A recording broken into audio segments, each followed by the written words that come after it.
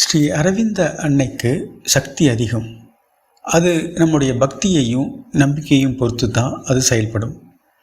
இதற்கு ஒரு அனுபவ சான்றாக ஸ்ரீ கர்மயோகி அவர்களுடைய நூலிலிருந்து ஒரு அனுபவம். அன்னை என்பவர் தன்னுடைய தங்கையோட திருமணத்திற்காக சென்னைக்கு வந்து ஜவுளி வாங்குறாரு. அப்புறம் தங்க மாளிகையில் கொஞ்சம் நகை வாங்கிட்டு பக்கத்தில் இருக்கக்கூடிய ஒரு ரெடிமேட் கடையில் சிலதை பார்த்துட்டு அப்புறம் வாங்காமல் வேற ஒரு கடையில் வேண்டியதை வாங்கியிருக்காங்க. வேற ஒரு கடையில் என்ன வேணுமோ அதை வாங்கியிருக்காங்க. பணம் கொடுக்க போன போது பர்ஸை காணும்னு தெரிஞ்சுது. இது புது அனுபவமாக இருந்ததுனால அந்த கடை வாசல்லையே உட்காந்து அந்த அன்பர் அழுதுட்டாங்க. கணவனும் மனைவியுமே வந்து அன்னை அன்பர்கள், அன்னையை நம்பக்கூடிய ஒரு அன்பர்கள்.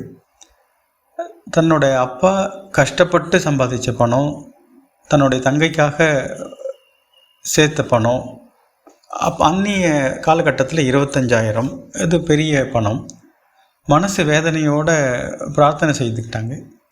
கடைக்காரர்கிட்ட போய் எங்களோட சொந்தக்காரங்க பக்கத்தில் இருக்காங்க, அவங்க வீட்டுக்கு போய் பணம் வாங்கிட்டு வரேன்னு சொல்லிட்டு பக்கத்தில் இருக்கிற ஒரு ரிலேட்டிவ் உறவினரோட வீட்டுக்கு வந்திருக்காங்க. ராத்திரி முழுக்க பணத்து மேலேயே அந்த பர்ஸு மேலேயே மனம் இருந்தது. கிளம்பினதுலேருந்து பர்ஸை எங்கெல்லாம் எடுத்தோம் அப்படின்னு நினைவுபடுத்திக்கிட்டே வந்தாங்க. ரெடிமேட் கடைக்கு போயிட்டு வந்தது ஞாபகம் வந்தவுடனே ஏதோ மனசில் தட்டுப்பட்ட மாதிரி இருந்தது. ஃபோன் செய்து பார்க்கலான்னு சொல்லி ஃபோன் பண்ணால் அந்த கடையிலேருந்து 2 ஊழியர்கள் அன்னை அன்பர்களாக இருந்திருக்காங்க. அவங்க கடையில் ஒரு பர்ஸ் இருக்குது, நேரில் வாங்க.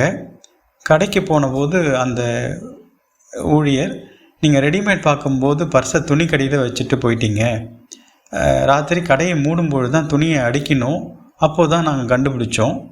பர்ஸை பிரித்தா அன்னை பகவானுடைய படம் கண்ணில் பட்டது, இது பர்ஸை பத்திரப்படுத்தி வச்சுட்டேன் அப்படின்னு திறந்து பார்த்தா பணம் அப்படியே இருந்தது. அதனால் நம்மளுடைய பக்தியுடைய அளவு, நம்மளுடைய நம்பிக்கையோட அளவு பொறுத்து தான் அன்னையுடைய சக்தி நம்முடைய வாழ்க்கையில் செயல்படுது.